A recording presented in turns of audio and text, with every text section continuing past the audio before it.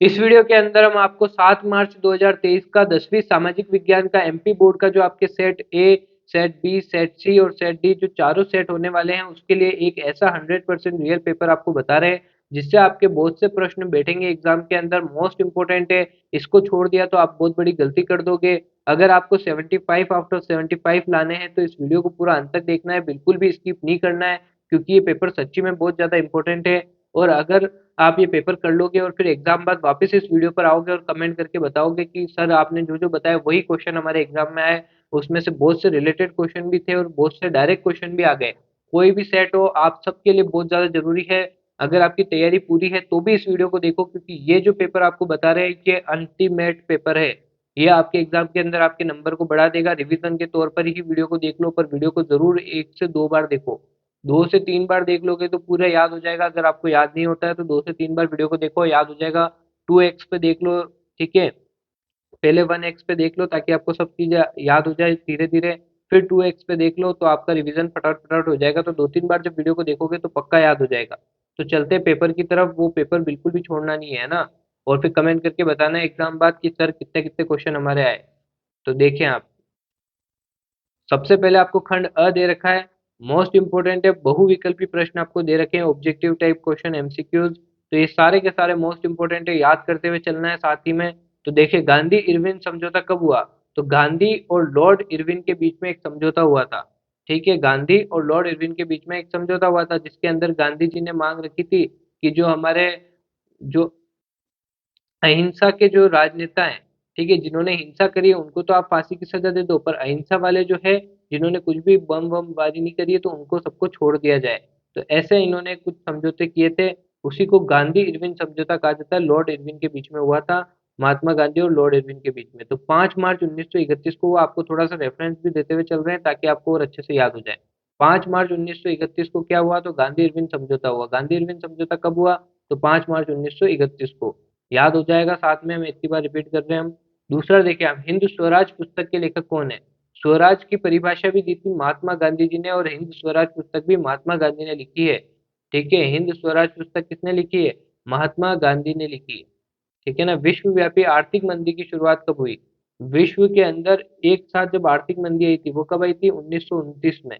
1929 याद रखना। और सबसे ज्यादा बुरा प्रभाव कहाँ पे पड़ा विश्वव्यापी आर्थिक मंदी का, तो अमेरिका पर सबसे ज्यादा बुरा प्रभाव पड़ा था।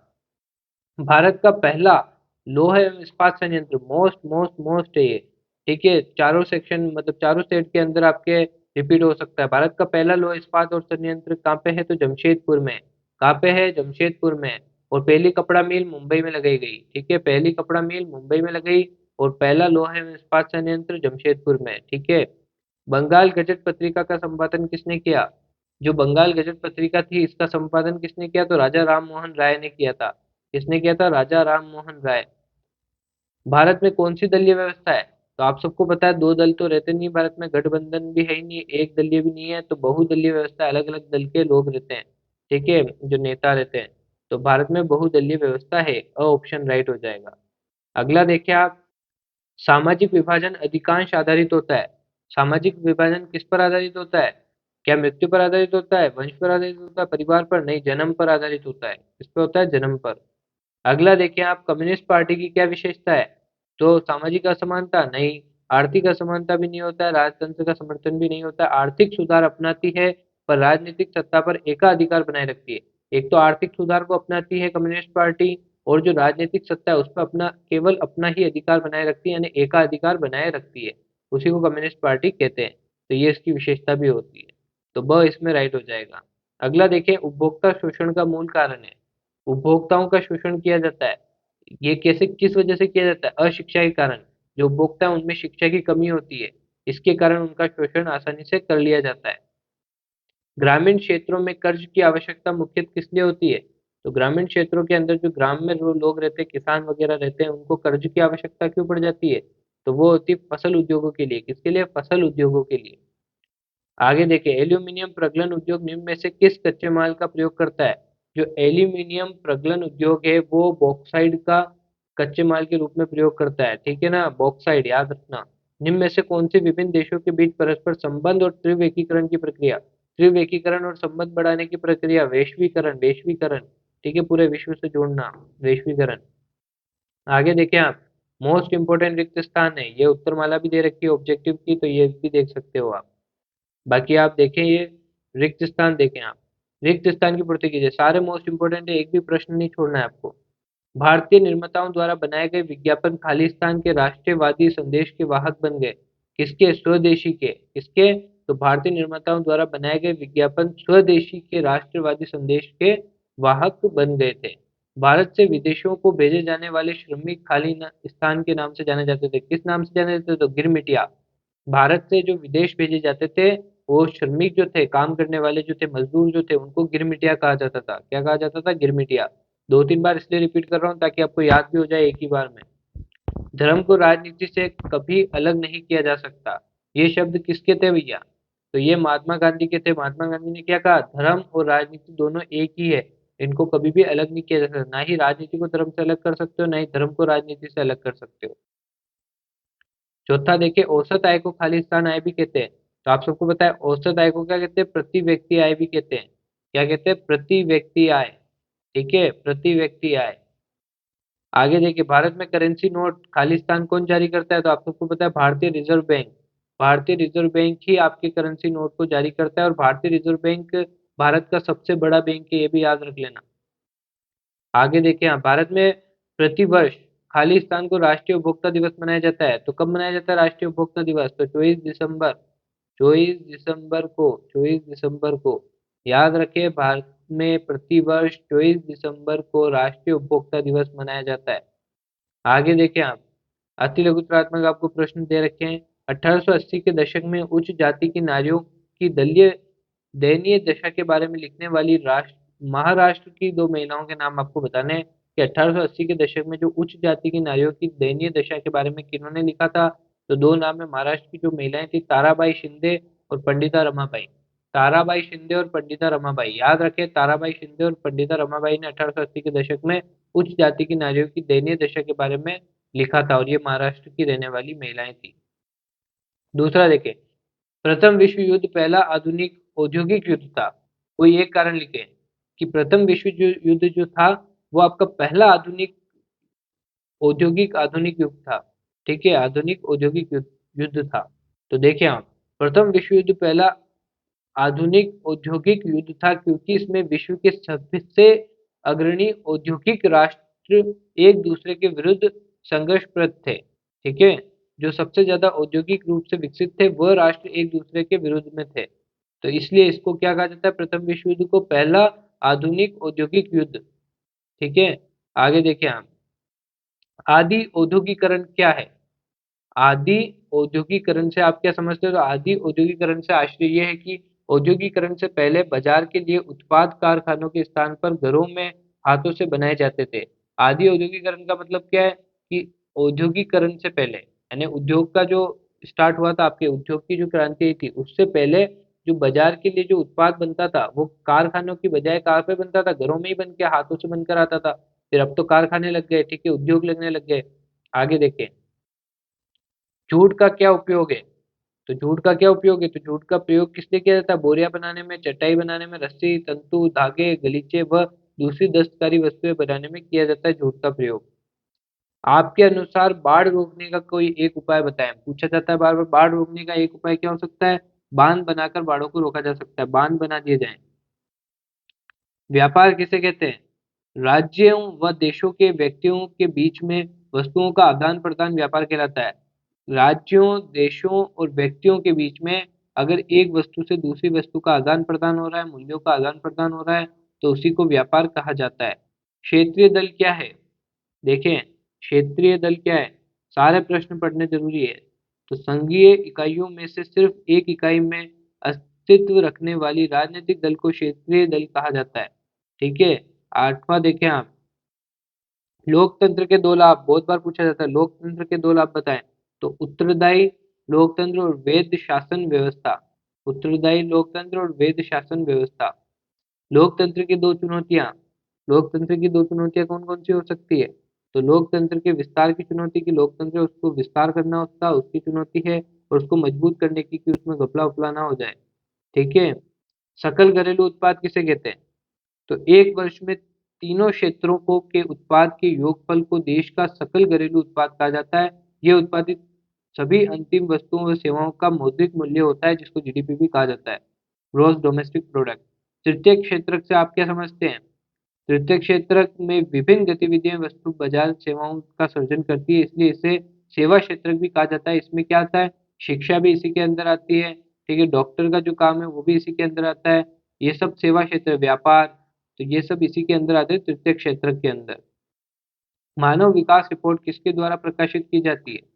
तो यूएनडीपी के द्वारा। किसके द्वारा? यूएनडीपी के द्वारा। मानव विकास रिपोर्ट यूएनडीपी के द्वारा प्रकाशित की जाती है। यहाँ पे आपको थोड़ा सा और बता दें कि जो प्रथम क्षेत्रक होता है वो आपके डायरेक्ट काम करता है। डायरेक्ट काम करता है मतलब जैसे आपके समझ लो आखेट कर रहा है, ठीक है, शिकार कर रहा है, आखेट, शिकार, पशुपालन, ये सब प्रथम क्षेत्रक में आते हैं। द्वितीय क्षेत्रक विनिर्माण उद्योग आता है, यानी जो जिसका मतलब विनिर्माण करना, दोबारा निर्माण करना, ठीक है, उद्योग धंधे, ये सब आपके दूसरे क्षेत्रक में आ जाते हैं। तो ये थोड़ा बहुत आपको ध्यान रखना है, 3 क्षेत्रक तक तो आपको पता ही हो। आगे देखिए खंड ब के अंदर आपके 2-2 अंक के प्रश्न है। रूमानीवाद क्या है? तो रूमानीवाद एक ऐसा सांस्कृतिक आंदोलन है जो एक विशेष प्रकार की राष्ट्रीय भावना का विकास करना चाहता है। रूमानीवाद भावनाओं, अंतर्दृष्टि और रहस्यवादी भावनाओं पर जोर देता है। इससे साझा सामूहिक विरासत की अनुभूति व साझा सांस्कृतिक अतीत को राष्ट्र का आधार बनाने पर बल दिया जाता है। तो इसी को रूमानीवाद कहते हैं। आगे देखिए ब्रिटेन वुड्स समझौता क्या है? बहुत इंपॉर्टेंट सवाल, ब्रिटेन वुड्स समझौता। तो ब्रिटेन वुड्स समझौता दोनों विश्व युद्धों के मध्य अंतर्राष्ट्रीय आर्थिक व्यवस्था को सुनिश्चित करने, औद्योगिक विश्व में आर्थिक स्थिरता एवं पूर्ण रोजगार को बनाए रखने हेतु जुलाई 1944 1944 में अमेरिका स्थित न्यू हैम्पशायर के ब्रिटेन वुड्स नामक स्थान पर संयुक्त राष्ट्र मौद्रिक एवं वित्तीय सम्मेलन में जो सहमति बनी थी उसे ब्रिटेन वुड्स समझौता कहा जाता है। सुभेद जातियां क्या है? सुभेद जातियां क्या है? तो सुभेद जातियां जो है वे जातियां जिनकी संख्या घट रही है, सुभेद जातियां कहलाती है। ठीक है, वह जातियां जिनकी संख्याएं घट रही है उनको सुभेद जातियां कहते हैं। ठीक है ना? यदि इनकी संख्या पर विपरीत प्रभाव डालने वाली परिस्थितियां नहीं बदली जाती है तो इनकी संख्या घटती रहती है और यह संकटग्रस्त जातियों के अंदर आ जाती है, जो संकट के अंदर है, जो लुप्त हो सकती है। नीली भेड़, एशियाई हाथी इसके प्रमुख उदाहरण है। उदाहरण भी लिखना जरूरी है। आगे देखें हम बहुउद्देशीय परियोजना के 2 लाभ। बहुउद्देशीय परियोजनाओं के 2 लाभ आपको बताने हैं। तो इसमें खेती को निर्बाध गति से जलापूर्ति होने से समय पर फसलों की सिंचाई होती है और इससे कृषि उत्पाद बढ़ता है। कृषि उत्पाद बढ़ने से किसानों की आय में वृद्धि होती है। इसमें उद्योग को ऊर्जा मिलती है जिससे औद्योगिक उत्पाद बढ़ता है। ठीक है ना? आगे देखें रबी व खरीफ की फसल किसे कहते हैं?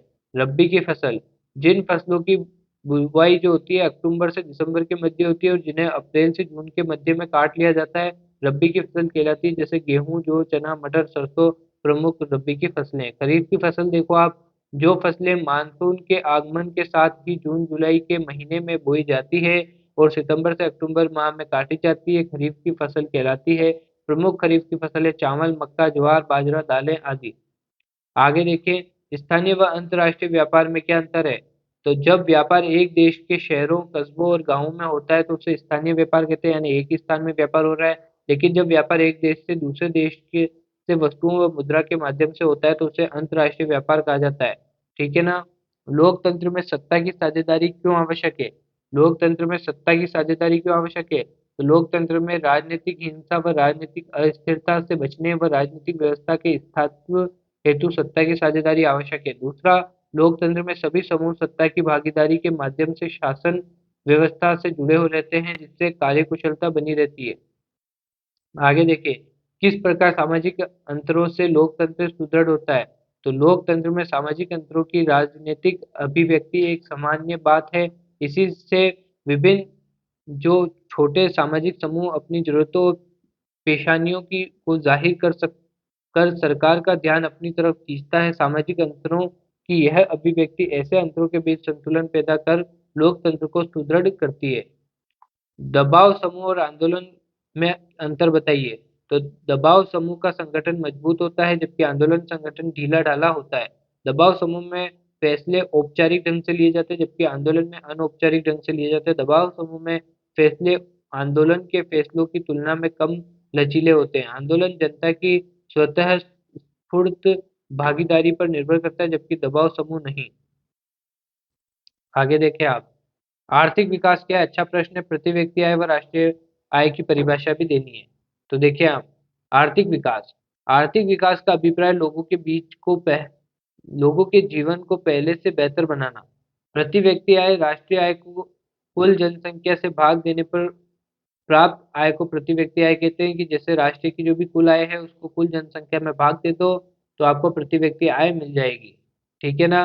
फॉर एग्जाम्पल समझो, राष्ट्र की कुल आय है 100 रुपए, ठीक है, और जनसंख्या है 10, तो इसका भाग दोगे तो कितना आ जाएगा? 10, यानी 10 रुपए प्रति व्यक्ति। ठीक है, एवरेज निकल जाएगा, तो इसी को प्रति व्यक्ति आय कहते हैं, औसत आय भी कहते हैं। राष्ट्रीय आय एक लेखा वर्ष में किसी देश में उत्पादित अंतिम वस्तुओं और सेवाओं के बाजार मूल्य को जोड़ को राष्ट्रीय आय भी कहते हैं। ठीक है। खुली बेरोजगारी और प्रचलन बेरोजगारी में विभेद कीजिए।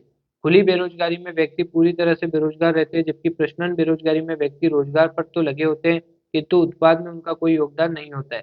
खुली बेरोजगारी जो है स्थायी प्रकृति की होती है, जबकि प्रचलन बेरोजगारी अस्थायी प्रकृति की होती है।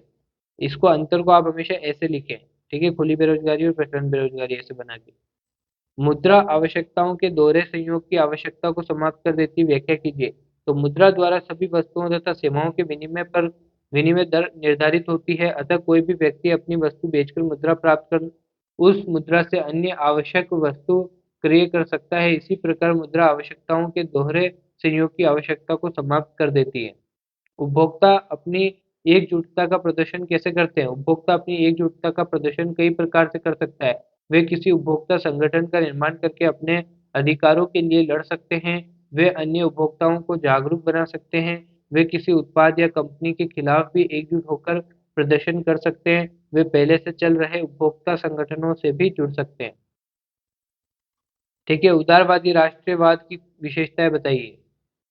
तो उदारवादी राष्ट्रवाद का अभिप्राय था व्यक्ति के लिए स्वतंत्रता तथा कानून के सामने सब सबकी बराबरी। ठीक है, उसकी प्रमुख राजनीतिक व आर्थिक विशेषता निम्नलिखित है। तो देखिए, राजनीतिक क्षेत्र में उत्तरवादी राष्ट्रवाद की विशेषता। तो राजनीतिक रूप में उत्तरवाद एक ऐसी सरकार पर जोर देता है जो सहमति से बनी है। ये निरंकुश शासन और पादरी वर्ग के विशेषाधिकार की समाप्ति व संविधान व संसदीय प्रतिनिधि सरकार का पक्षधर था। यह उदारवाद मत देने व और चुने जाने का अधिकार केवल सम्मतिवाद पुरुषों को ही देता था। आर्थिक क्षेत्र में उदारवादी राष्ट्रवाद की विशेषता। उदारवादी निजी संपत्ति के स्वामित्व को अनिवार्य बना देती है। वस्तुओं और पूंजी के आयात निर्यात पर राज्य द्वारा लगाए गए नियंत्रण को समाप्त करने पर बल देती है। ठीक है ना। संसाधन किस भी विकास में महत्वपूर्ण भूमिका निभाता है। ठीक है, किसी भी विकास में महत्वपूर्ण जो भूमिका निभाता है, कोई 3 तर्क बताने हैं आपको। संसाधन मानवीय क्रियाओं का परिणाम है। मानव स्वयं संसाधनों का महत्वपूर्ण हिस्सा है। वे पर्यावरण में पाए जाने वाले पदार्थों को संसाधन में परिवर्तित करते हैं, उन्हें प्रयोग करते हैं, जिसमें विकास संभव होता है। अतः संसाधन किसी भी विकास में महत्वपूर्ण भूमिका निभाते हैं, क्योंकि संसाधन मनुष्य के जीवन यापन के लिए अति आवश्यक है। संसाधन जीवन की गुणवत्ता बनाए रखने के लिए भी महत्वपूर्ण है। मानव जीवन की गुणवत्ता व विश्व शांति बनाए रखने के लिए संसाधनों का समाज में न्याय संगठन बंटवारा आवश्यक है। अगला प्रश्न देखें, भारत में राजनीति में जाति और जाति के अंदर राजनीति है, क्या आप इस कथन से सहमत है? कोई 3 तर्क दीजिए, सारे महत्वपूर्ण है। हाँ, इस कथन से हम सहमत है। भारत में राजनीति में जाति व और जाति के अंदर राजनीति है, क्योंकि चुनाव क्षेत्र में उम्मीदवारों का चुनाव राजनीतिक दल जातियों की संख्या के हिसाब से करते हैं। सरकार के गठन में राजनीतिक दल इस बात का ध्यान रखते हैं कि उसमें विभिन्न जातियों के लोगों का उचित स्थान मिले।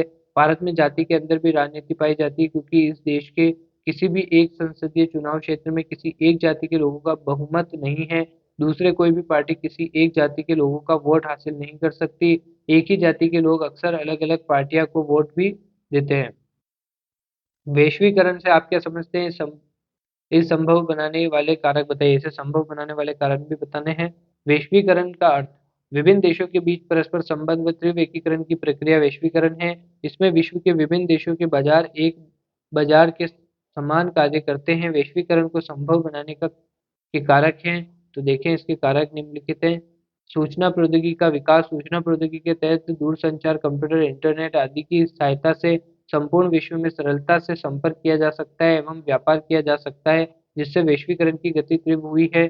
सूचना व संचार प्रौद्योगिकी ने विभिन्न देशों के बीच सेवाओं के उत्पादन के प्रसार में मुख्य भूमिका निभाई है। परिवहन प्रौद्योगिकी में तेज उन्नति परिवहन प्रौद्योगिकी में उन्नति से लंबी दूरियों तक वस्तुओं को कम लागत पर शीघ्र पहुंचाया जा सकता है, जिससे फलस्वरूप तीव्र वैश्वीकरण संभव हो पाया।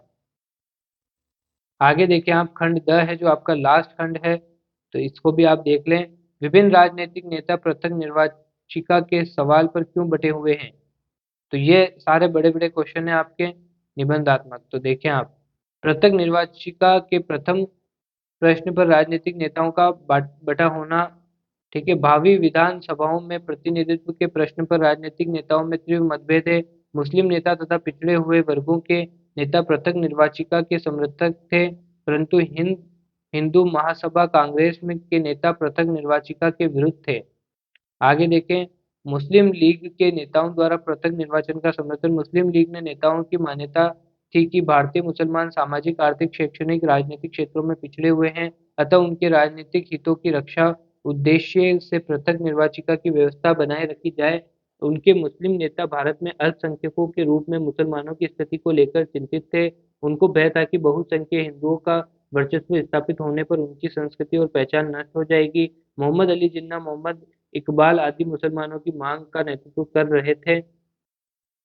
दलीय नेताओं द्वारा पृथक निर्वाचिका का समर्थन। अनेक दलीय नेता पिछड़े हुए वर्गों की समस्याओं का अलग राजनीतिक समाधान ढूंढना चाहते थे। कांग्रेस ने लंबे समय तक दलितों की समस्याओं पर ध्यान नहीं दिया था, इसलिए उन्होंने दलित वर्ग के लिए पृथक निर्वाचिका की मांग की। दलितों के प्रसिद्ध नेता डॉक्टर अंबेडकर ने दूसरे गोलमेज सम्मेलन में भी पृथक निर्वाचिका की व्यवस्था पर बल दिया। तीसरा पॉइंट देखें, कांग्रेस नेताओं द्वारा पृथक निर्वाचिका का विरोध। कांग्रेस नेता राष्ट्रीय एकता प्रबल समर्थक थे, वे संपूर्ण भारत में एकता का सूत्र बांध रहना चाहते थे। उनकी मान्यता थी कि पृथक निर्वाचिका की व्यवस्था को बनाए रखने से विभिन्न संप्रदाय एवं समुदाय में ईर्ष्या व द्वेष की भावना बढ़ेगी और राष्ट्र तथा राष्ट्रीय एकता आघात पहुंचेगी। हिंदू महासभा के नेता द्वारा पृथक निर्वाचिका का विरोध। 1928 में आयोजित किए गए सर्वदलीय सम्मेलन में हिंदू महासभा के नेता M.R. जयकर ने पृथक निर्वाचिका का विरोध किया।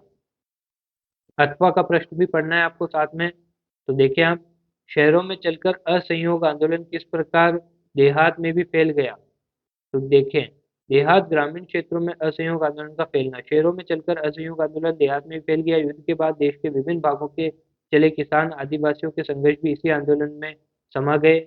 यथा किसान संघर्ष का असहयोग आंदोलन में शामिल करना। जून 1920 में जवाहरलाल नेहरू ने अवध के गांवों का दौरा किया। गांव वालों ने बातचीत की और उनकी व्यवस्था समझने का प्रयास किया। अक्टूबर तक जवाहरलाल नेहरू, बाबा रामचंद्र तथा कुछ अन्य लोगों के नेतृत्व में अवध किसान सभा का गठन किया गया। महीने भर में इस पूरे क्षेत्र के गांवों में संगठन की 300 से ज्यादा शाखाएं बन चुकी थी। अगले वर्ष जब असहयोग आंदोलन शुरू हुआ तो कांग्रेस ने अवध के किसान संघर्ष को इस आंदोलन में शामिल करने का प्रयास किया। देहातों में असहयोग आंदोलन का स्वरूप। किसानों के असहयोग आंदोलन में ऐसे स्वरूप विकसित हुए जिनसे कांग्रेस का नेतृत्व खुश नहीं था। यथा 1921 में देहात में जब आंदोलन फैला तो तालुकदारों और व्यापारियों के मकानों पर हमले होने लगे, बाजारों में लूटपाट होने लगी, अनाज के गोदामों पर कब्जा कर लिया गया। बहुत सारे स्थानों पर स्थानीय नेता किसानों को समझा रहे थे। गांधी जी ने ऐलान कर दिया कि जब कोई लगान नहीं भरेगा जमीन गरीबी में बांट दी जाएगी। इस तरह महात्मा गांधी का नेता नाम लेकर अपनी सारी कार्यवाहियों और आकांक्षाओं को सही ठहरा रहे थे।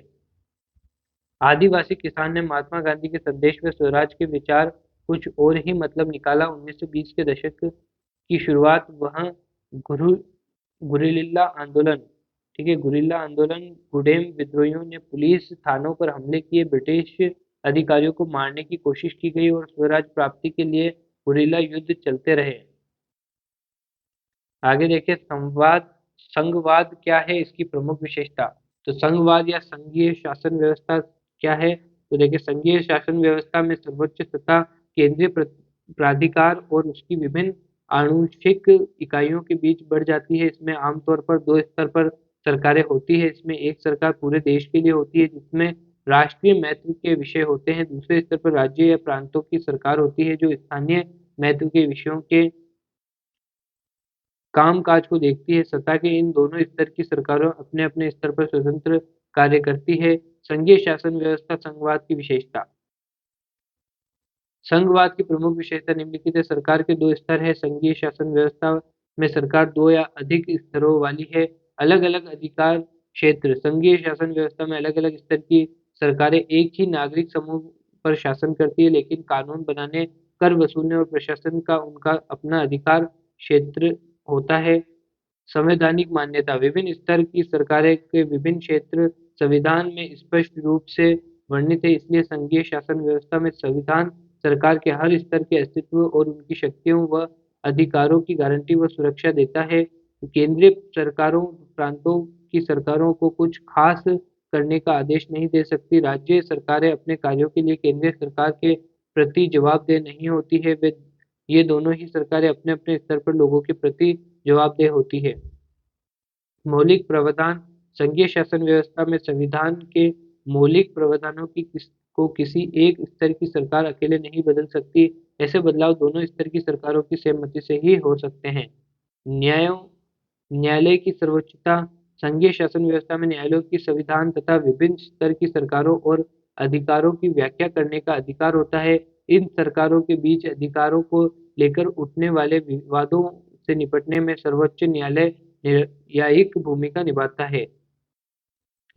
वित्तीय स्वायत्तता। संघीय शासन व्यवस्था में वित्तीय स्वायत्तता निश्चित करने के लिए विभिन्न स्तर की सरकारों के लिए राजस्व अलग-अलग स्रोत निर्धारित होते हैं। ठीक है, दोहरा उद्देश्य। संघीय शासन व्यवस्था के दोहरे उद्देश्य हैं। देश की एकता की सुरक्षा करना और उसे बढ़ावा देना, क्षेत्रीय विविधता का पूरा सम्मान करना। स्थानीय शासन व्यवस्था के विभिन्न स्तर कौन-कौन से हैं? इनके गठन की प्रक्रिया बताइए। तो देखिए आप, भारत में ग्राम स्तर पर स्थानीय शासन व्यवस्था। भारत में गाँवों के स्तर पर विद्यमान स्थानीय शासन व्यवस्था को पंचायती राज्य के नाम से भी जाना जाता है। पंचायती राज्य में व्यवस्था त्रिस्तरीय है। इनके तीनों स्तर के गठन प्रक्रिया निम्न प्रकार है। ग्राम स्तर पर ग्राम पंचायत। प्रत्येक गाँव या गाँव समूह में एक ग्राम पंचायत होती है। यह एक तरह की परिषद है। इसमें कई सदस्य और एक अध्यक्ष होता है। सदस्य वार्डों से चुने जाते हैं और इन्हें पंच कहा जाता है। अध्यक्ष को सरपंच कहा जाता है। सरपंच का चुनाव गाँव में रहने वाले सभी वयस्क लोग मतदान के जरिए करते हैं। ये पूरे पंचायत क्षेत्र के लिए फैसला लेने वाली संस्था है। पंचायतों का काम ग्राम सभा की देखरेख में चलता है। गाँव के सभी मतदाता इनके सदस्य होते हैं। ग्राम पंचायत का बजट पास करने और इनके काज की समीक्षा के लिए ग्राम सभा को साल में कम से कम 2 या 3 बार बैठक करनी होती है। दूसरा पॉइंट देखें आप, ब्लॉक स्तर पर पंचायत समिति। कई ग्राम पंचायतों को मिलाकर पंचायत समिति का गठन होता है। इसे मंडल या ब्लॉक या प्रखंड स्तरीय पंचायत भी कहते हैं। इनके सदस्यों का चुनाव इलाके मतदाताओं द्वारा किया जाता है। जिला परिषद। किसी जिले की सभी पंचायत समितियों को मिलाकर जिला परिषद का गठन होता है। जिला परिषद के अधिकांश सदस्यों का चुनाव होता है। जिला परिषद का प्रमुख जिला प्रमुख कहलाता है, जो इस परिषद का राजनीतिक प्रधान होता है। जिला परिषद में उस जिले से लोकसभा और विधानसभा के लिए चुने सांसद, विधायक और जिला स्तर की संस्थाओं के कुछ अधिकार भी सदस्य के रूप में होते हैं। आगे देखें, नगरों व स्थानीय शासन व्यवस्था। स्थानीय शासन संस्थाएं शहरों में भी काम करती है। छोटे शहरों में नगर पालिका होती है। मध्यम दर्जे के शहरों में नगर परिषद होती है। बड़े शहरों में नगर निगम का गठन होता है। तीनों कामकाज निर्वाचित प्रतिनिधि करते हैं। नगर पालिका प्रमुख नगर पालिकाओं राजनीतिक प्रधान होती है। नगर परिषद के प्रमुख स्थापति कहलाते हैं। नगर निगम में ऐसे पदाधिकारी को मेयर कहते हैं। स्थानीय सरकारों को संवैधानिक दर्जा दिए जाने से लोकतंत्र की जड़ें मजबूत हुई है और महिलाओं के आरक्षण से लोकतंत्र उनकी भागीदारी बढ़ती है। अगला और अंतिम प्रश्न है आपके मानचित्र का, जो आपके एग्जाम में पूछा जाएगा। ठीक है, बड़ोदरा, तूतीकोरिन और रावतभाटा और गांधीनगर, ये चारों आपको बताने हैं। तो देखें आप, तो गांधीनगर यहाँ पे आ जाएगा, बड़ बड़ोदरा यहाँ पे आ जाएगा आपके, और ये आपके आ गया रावतभाटा। ठीक है, ये राजस्थान में है रावतभाटा। ये गुजरात के अंदर है गांधीनगर और बड़ोदरा। ठीक है, और ये आपके तमिलनाडु में है तूतीकोरिन। ठीक है ना। तो ये आपका हमने पूरा पेपर करा दिया है। मोस्ट इंपोर्टेंट है, 2-3 बार वीडियो को देख लो, याद हो जाएगा। पेपर होने के बाद कमेंट करके ज़रूर बताएं। पूरी वीडियो देखी है तो थम्स अप दे दें, लाइक कर लें और कमेंट करके बताएं कि सर हमने पूरी वीडियो देखी है, 2 से 3 बार देख ली है। थैंक यू फॉर वॉचिंग, मिलते हैं नेक्स्ट वीडियो के अंदर।